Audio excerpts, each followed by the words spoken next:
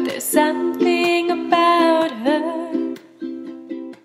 Hi, welcome to the Local Rose. I'm so excited today to have Pamela Salzman. Thank you for having me. Now, I have been cooking forever, but I've sort of been winging my chopping talent, so I've never really officially learned how to have knife skills. And Pamela is somebody I really admire. She cooks the most incredible dishes, gluten-free. Most of them are gluten-free, all of them are organic. And not only does her food taste amazing, but she does everything so effortlessly. And one of the things I admire is her knife skills. So I thought maybe this is something that we could all learn. Is just it'll just make things so much easier, right? Exactly. I mean, that's the whole point. Is cooking should be fun. It should be easy, and there are definitely better ways to chop and use your knife. So one area that I think most people don't do maybe as efficiently as they could is chopping an onion. So one of the reasons it's great to be able to chop an onion quickly and efficiently is just so that you're not exposed to the onion for a very long period of time and you won't cry. But anyway, I like to do things rather quickly. So this is just a typical onion. I've got the cutting board down on this kind of damp kitchen towel, just so it doesn't move around any, a bit. See, those are the little tricks that... Yes, well, we also want to be safe. So efficiency is good, but we also want to be safe. And if we were trying to cut an onion and the cutting board is wobbling, then we could cut ourselves. So my knife of choice for this task is either a chef's knife, and this is kind of the one that I can't live without. This is the one I use most often. A Santoku knife is also good for this, but this is the one that I use most often. And I think the most important thing is, number one, to have good knives. Even if you just have one great chef's knife, that's important. But make sure they're super sharp. And so you can either sharpen them yourself on a whetstone, or I like to just take them to my local culinary shop, like a sur la table, and get them sharpened there, because it just makes it safer and easier. Is there a favorite brand of knife you have? Because I'm sort of intimidated Yeah, by the whole... I was too, and I think it's sort of like shoes. You really need to try them out. So I went to Sur La Table, and they actually take out some vegetables and allow you to chop right there. And I think really what feels best in your hand, I don't like knives that are too heavy. So I like these global knives. They are pretty lightweight. I also use a ceramic knife every once in a while, but this just feels right in my hand. So that's what I think makes the most sense for me. Okay. Right, so what we're first going to do is chop this onion, and we're going to try and do it, quickly and efficiently. If the onion aroma bothers you and you do tend to cry really easily, you can either do this next to your gas stove and just have the fire on pretty strong, or you just have a nice big candle here and it tends to burn the onion gas. Yeah, so that's very helpful.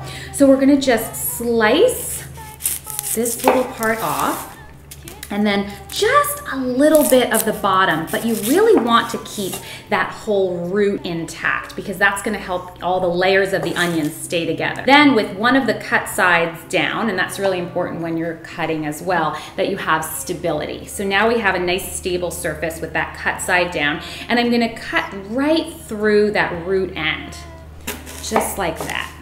So now you have these two halves, and it's a little bit easier, I think, to peel the onion once it's been cut in half. So we'll just remove this outer layer, okay, like so.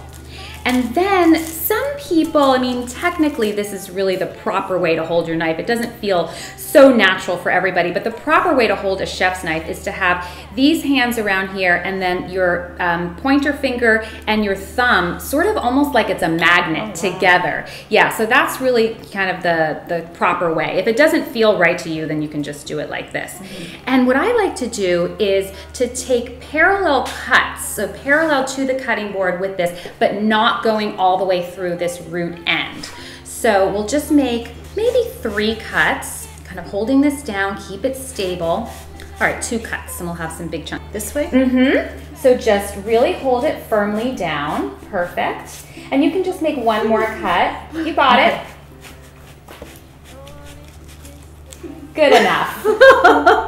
So you see how I didn't go all the way through? So all the onion is still staying together. So it's not, exactly. And then we're gonna go right down through this way. But again, keeping that root end intact. Lastly, the other way that we haven't cut yet.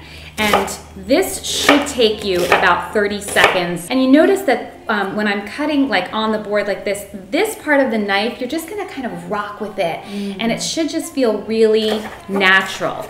But if you go like this, that's not efficient and it takes longer, and then the more you bruise the onion, the more you're gonna cry. Right. So, and this way you have all these pieces are kind of uniform, and that's what you want when you're cooking.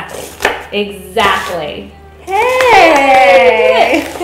My first And see, proper it really just took about 30 seconds to do this. Except I'm crying a little bit. I know, well that's because you're standing right over it.